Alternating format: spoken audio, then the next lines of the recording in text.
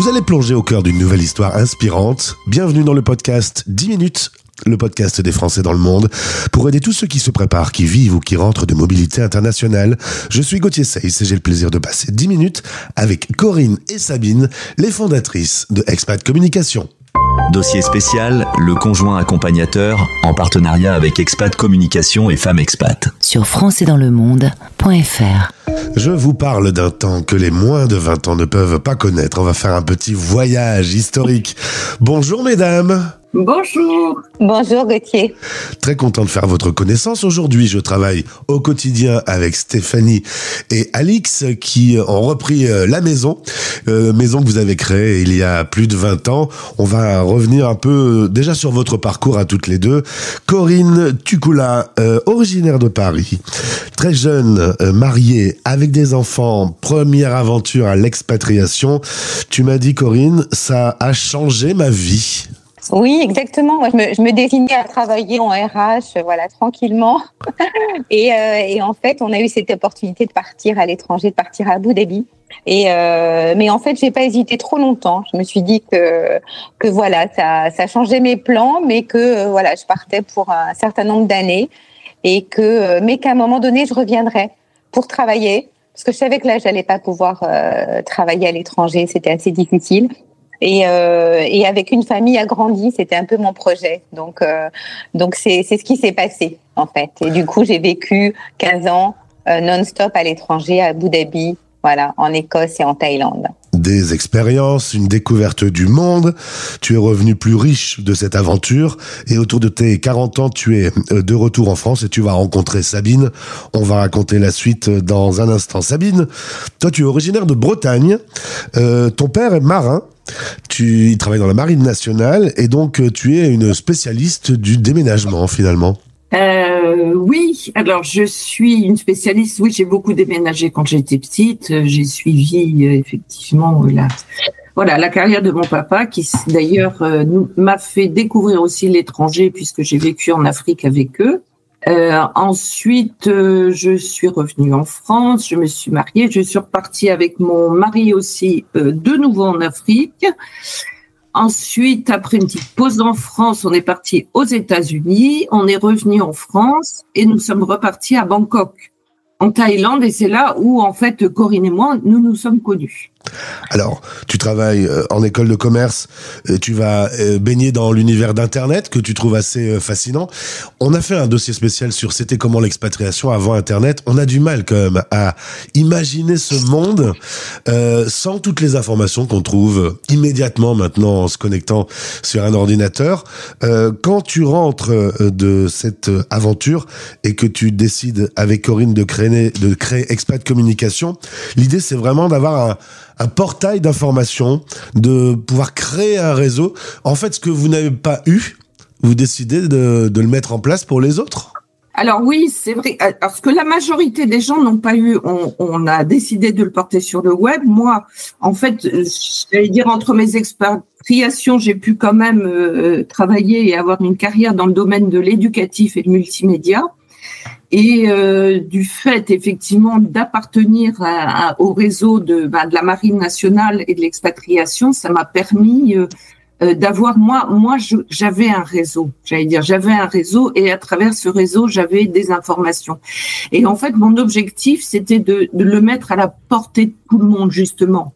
Et comme j'avais découvert, oui c'est ça, lors de ma dernière expatriation, c'était donc fin des années 90, là où j'ai découvert Internet. En rentrant en France, je me suis pas spécialisée, mais en rentrant dans mon entreprise Vivendi, j'ai travaillé vraiment sur l'outil Internet. Et là, je me suis dit, tout ce que j'ai, toutes les informations qu'on a et tout ce réseau, il faut le mettre à la portée de tout le monde. Et c'est comme ça, en fait, qu'est venue l'idée de femmexpat.com, sous le label Expat Communication, et ma rencontre, on se connaissait donc avec Corinne, et de là le projet formation et communication via Internet est né.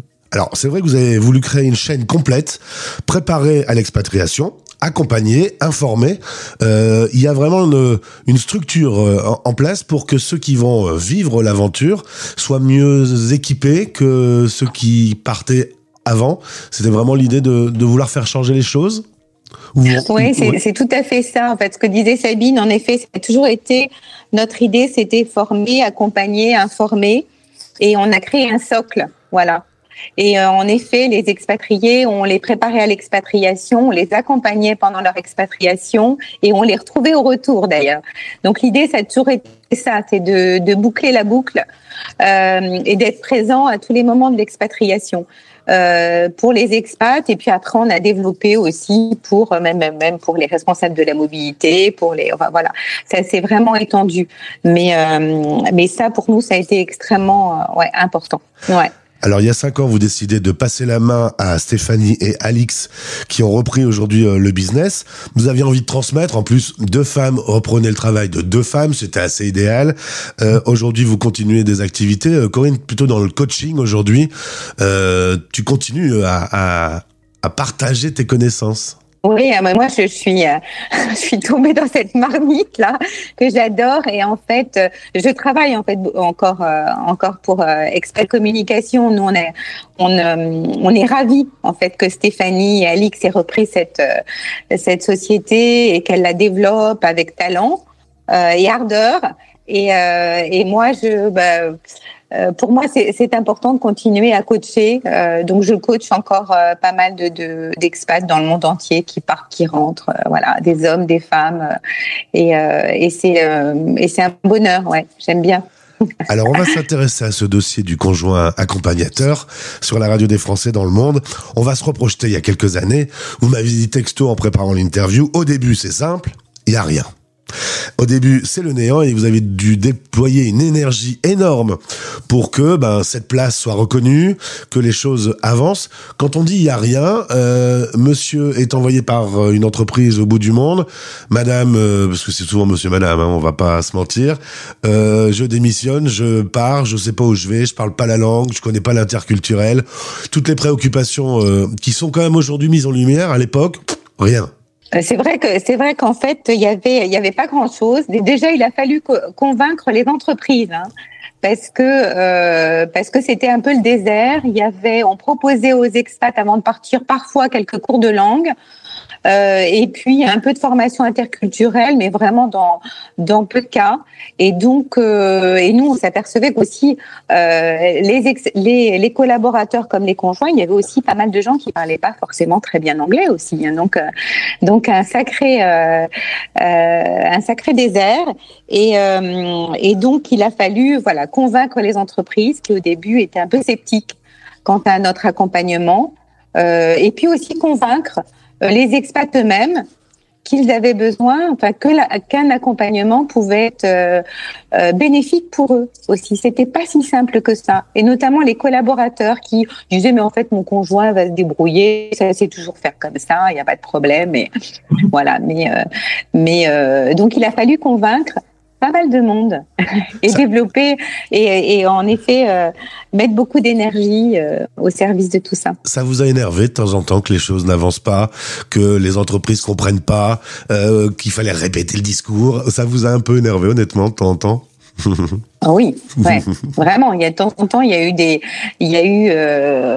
des discussions pénibles, ou même, je me souviens très bien d'entreprises qui disaient mais qu'est-ce que c'est que votre truc? C'est un truc de bonne femme, femmeexpat.com, mais quelle est la différence entre les hommes et les femmes? Est-ce que vraiment les expats ont besoin d'accompagnement? Et pourquoi on va aller se préoccuper de la partie personnelle de l'expatriation? Nous, on s'occupe que du pro. Il y avait vraiment ça, et puis aussi des femmes et des hommes qui, en voyant notre sigle, avaient une espèce de répulsion aussi, en disant mais c'est un truc de femme.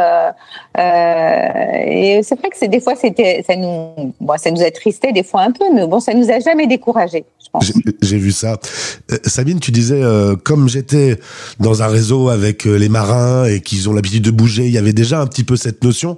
Depuis, il y a eu une création avec Femmes Expat d'un énorme réseau via Internet. Aujourd'hui, il y a une certaine satisfaction de voir tous ces gens qui ont été mis en relation, un peu grâce à vous deux. Alors, je dois dire, oui, oui. Je veux dire que c'était, non, mais comme disait Corinne, le fait, quand on savait qu'une femme qui arrivait à l'étranger avait déjà quelqu'un pour l'accueillir. Je veux dire, c'était hyper satisfaisant pour nous parce que comme on a quand même aussi un peu vécu, on savait que ça y est, là, j'allais dire, la mayonnaise commençait à prendre. Voilà. Et je voudrais rajouter aussi, parce qu'il y a une chose, c'est que, et ça, moi, j'étais pas au courant en revanche. Alors, au niveau réseau, ok. Au niveau information, il y avait plusieurs sujets quand même, notamment par exemple pour les femmes la retraite. Ouais. Moi, j'ai jamais cotisé en fait en expatriation à la retraite CFE parce que de toute façon c'est une boîte américaine donc ils savaient pas. Moi, j'étais absolument pas au courant que j'aurais pu cotiser pour avoir des. Alors certaines grosses entreprises effectivement le faisaient, mais autrement, je suis sûre qu'il y a énormément de femmes conjoints qui sont partis à l'étranger pendant 10, 15 ans qui n'ont pas cotisé. Je pense que Corinne, elle a jamais cotisé à sa retraite alors qu'elle aurait pu le faire et perdu comme ça un nombre de trimestres important. Après, il y a aussi la sécurité financière. Nous, on a vu des cas un peu catastrophiques parce que ça se passe pas bien à l'étranger. Il n'y a pas eu le conjoint n'a pas assuré sa sécurité financière derrière, ne serait-ce que quelque chose de très simple, mais un compte en banque à son nom, propre. Voilà, il y a des tas de choses, nous, qu'on a, et ça, je suis très contente, effectivement, qu'on ait sorti un peu, de sous la terre, tous ces sujets-là. Et il y a eu une vraie prise de conscience qui fait que maintenant, on part plus à l'étranger de façon naïve. Le contrat de mariage aussi, hyper important. Enfin, il y a des tas de choses comme ça, de dossiers qu'on a soulevés via le site. Et pendant les formations aussi, on informait. Et ça, je trouve que ça, c'est ce qui me satisfait aussi le plus, oui. Cela dit, Corinne, Sabine, 25 ans plus tard, un quart de siècle plus tard, la radio des Français dans le monde avec Expat Communication fait un gros plan sur la place du conjoint accompagnateur. On évite de l'appeler suiveur, on n'aime pas trop ce terme. Non, moi non plus. Il y a quand même, on peut le dire, encore beaucoup de boulot. Il y a comme, quand on parle de la retraite par exemple, il y a encore des trous. Il y a, quand on parle de cette place, c'est bien qu'elle est encore parfois difficile. Il y a encore du boulot du coup.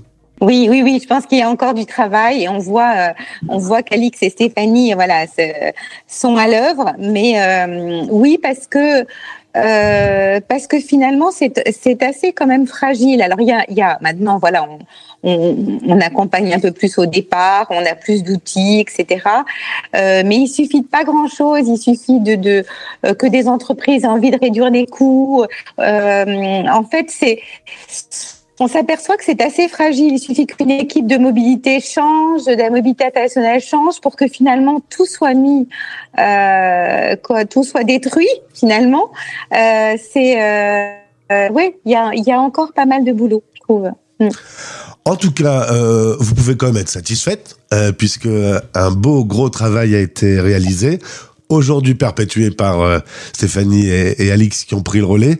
Merci d'être venus sur notre antenne. Elles tenaient vraiment, les deux participantes de ce dossier, à ce que vous veniez au micro de la radio. Vous avez cette sensation d'être un peu la maman des conjoints expatriés aujourd'hui?